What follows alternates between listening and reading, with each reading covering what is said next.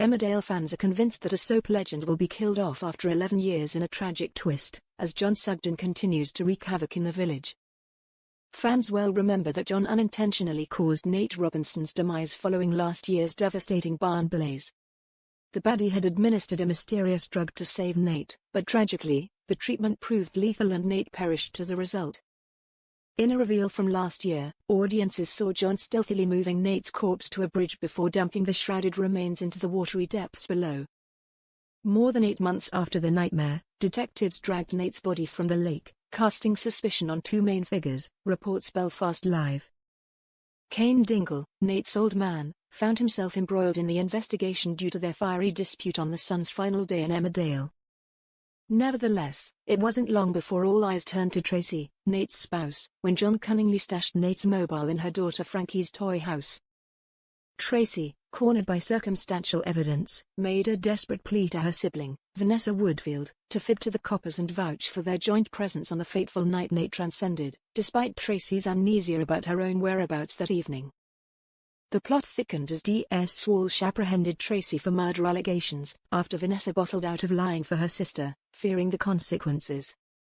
Last week, Kane was inquiring about funeral plans for Nate with Tracy, who said she could only stretch to a bog-standard cremation. Convinced that Kane was responsible for her husband's death, Tracy also declared him persona non grata at the farewell. Vanessa stepped in this week, offering to fund a fitting send-off for Nate, leading Tracy to start organizing the service with Vicar Charles Anderson.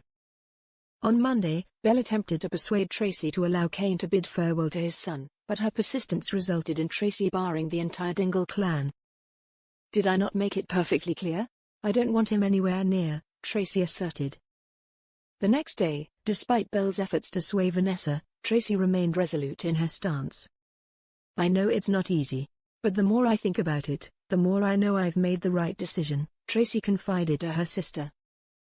"I let Nate down when he was alive. I wasn't the wife he deserved. This is my last chance to do something for him, so it's got to be about Nate and Frankie, no one else." Now, speculation is rife among Emmerdale viewers that Tracy might become John's next target.